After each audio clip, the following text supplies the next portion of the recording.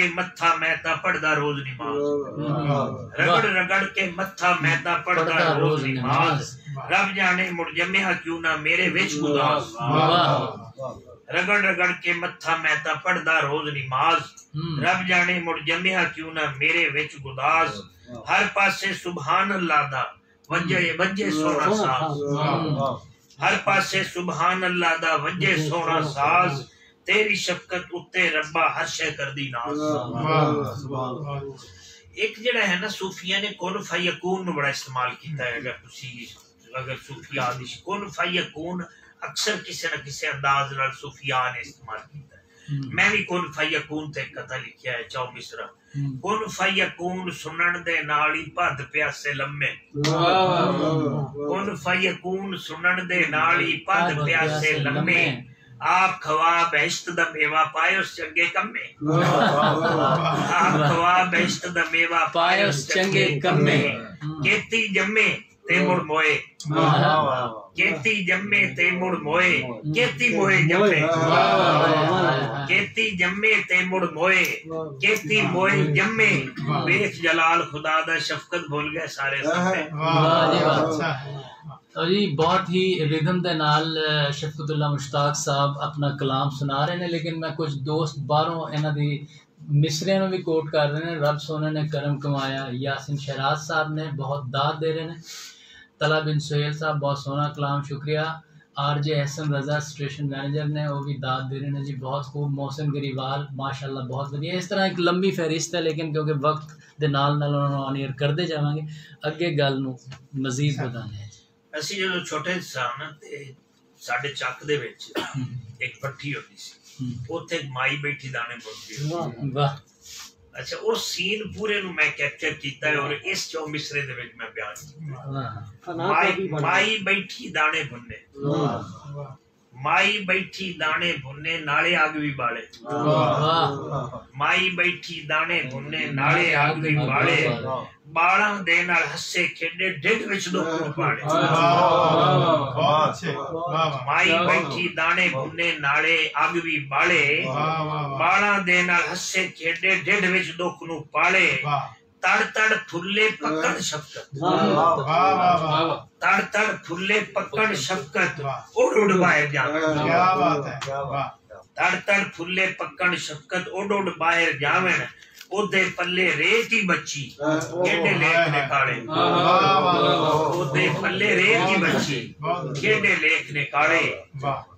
ते इस तरह दी मुख्तलिफ चीज़ां सन जिहड़ियां मैं इस दे विच जिहड़ियां ने ओह कीतियां। वो जड़ा अगे इन्होंने पढ़िया है वो थोड़ा जिहा मैं वाजे कर देवां कि गल्लां दे नाल आमिल बनदा अज दा झूठा पीर। हुण प्रॉब्लम ये वे कि सूफीज़म जड़ा है ना वो आज आके ना आमिला ते मुड़ गया है। लोग ये समझ रहे हैं कि शायद आमिल सूफी ने, आमिल पीर ने। अच्छा, लिहाजा ये वजाहत करनी जरूरी सी कि आमिल दा सूफी नाल कोई ताल्लुक। ओनू मैं ना चौ मिसरे लिखिया है, गल्लां दे नाल आमिल बनदा अज दा झूठा पीर, दरवेशी दा चोड़ा पाया जिवें जंग दी हीर। सोचां दे विच डुबदा जावां हो गई है दो नंबरी, सोचां दे विच डुबदा जावां हो गई है दो नंबरी। वीर बने ने दुश्मन शफकत, दुश्मन बन गया। इस तरह दी चीज़ां जड़ियां सन ना वो मैं कुछ कोशिश कीती सी कि मुख्तलिफ मौजूआत नूं भी लिया जाए, हिजर जिहड़ा है उसनूं भी। अच्छा, तसव्वुफ विच तुसीं अगर वेखियो ना ते मालिक दा बड़ा तसव्वुर है कि जेड़े बंदे मालिक वास्ते जींदे ना असल बंदे ही होई होंदे, बाकी बंदे नहीं होंदे, बाकी डंगर होंदे। और ये मैं कोशिश की जेड़े घोड़े मालिक दे लई रज के बजदे रहंदे, जेड़े घोड़े मालिक दे लई रज के बजदे रहंदे, वही चंगा चोखा खा के हरदम रजदे रहंदे। जेड़े घोड़े मालिक दे लई रज के बजदे रहंदे, वही चंगा चोखा खा के हरदम रजदे रहंदे। मालिक जिस ते खुश हुंदा है उस नूं गल नाल लाउंदा, मालिक जिस ते खुश हुंदा है उस नूं गल नाल लाउंदा। शफकत दो ही जहानी ओदे नारे वजदे रहंदे,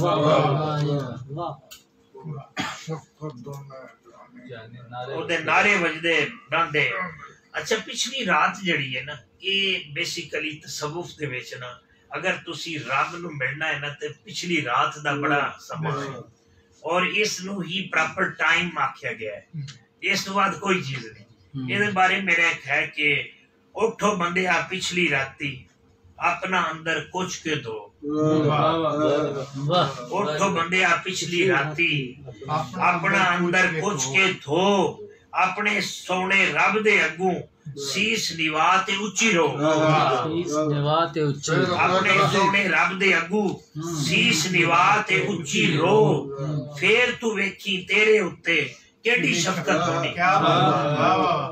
फिर तू वेखी तेरे उत्ते केडी शफकत होनी। कालक मारे दिल दे अंदर होसी जदों नूरानी लो। उठो बंदिया पिछली राती अपना अंदर कुछ के दो। कुछ के दो, कुछ के धोना भी पंजाबी दे कुछ नहीं, कुछ असल कुछ लफ्ज़ है। हाँ, अंदर उठो बंदिया पिछली राती अपना अंदर कुछ के दो, अपने सोने रब दे अगू शीश निवा ते उच्ची रो, फिर तू वेखी तेरे उत्ते केडी शफकत होनी। फिर तू वेखी तेरे उत्ते केडी शफकत होनी। कालिक मारे दिल दे अंदर होसी जदों नूरानी लो। ते ये ओ चीज़ां सन जेड़ियां मैं मुख्तलिफ चीज़ां जेड़ा है। अच्छा, फिर जेड़ा है जी कि बंदा खत्म होने वाला है, बंदे ने इत्थे नहीं रहना। अगर रानी है ना तो गल्लां रानी, बाकी ख्वाहिश है खुदा दी भी रहनी। ते लेकिन दुनिया दे विच गल्लां तां ही रहनियां जे कोई गल्लां तुहाडियां छड्डोगे तां। ये छड्डोगे नहीं तो फिर कुछ नहीं रहना। उस ते मेरा है कि अपना आप मनाना पैगा, अपना आप मनाना पैगा।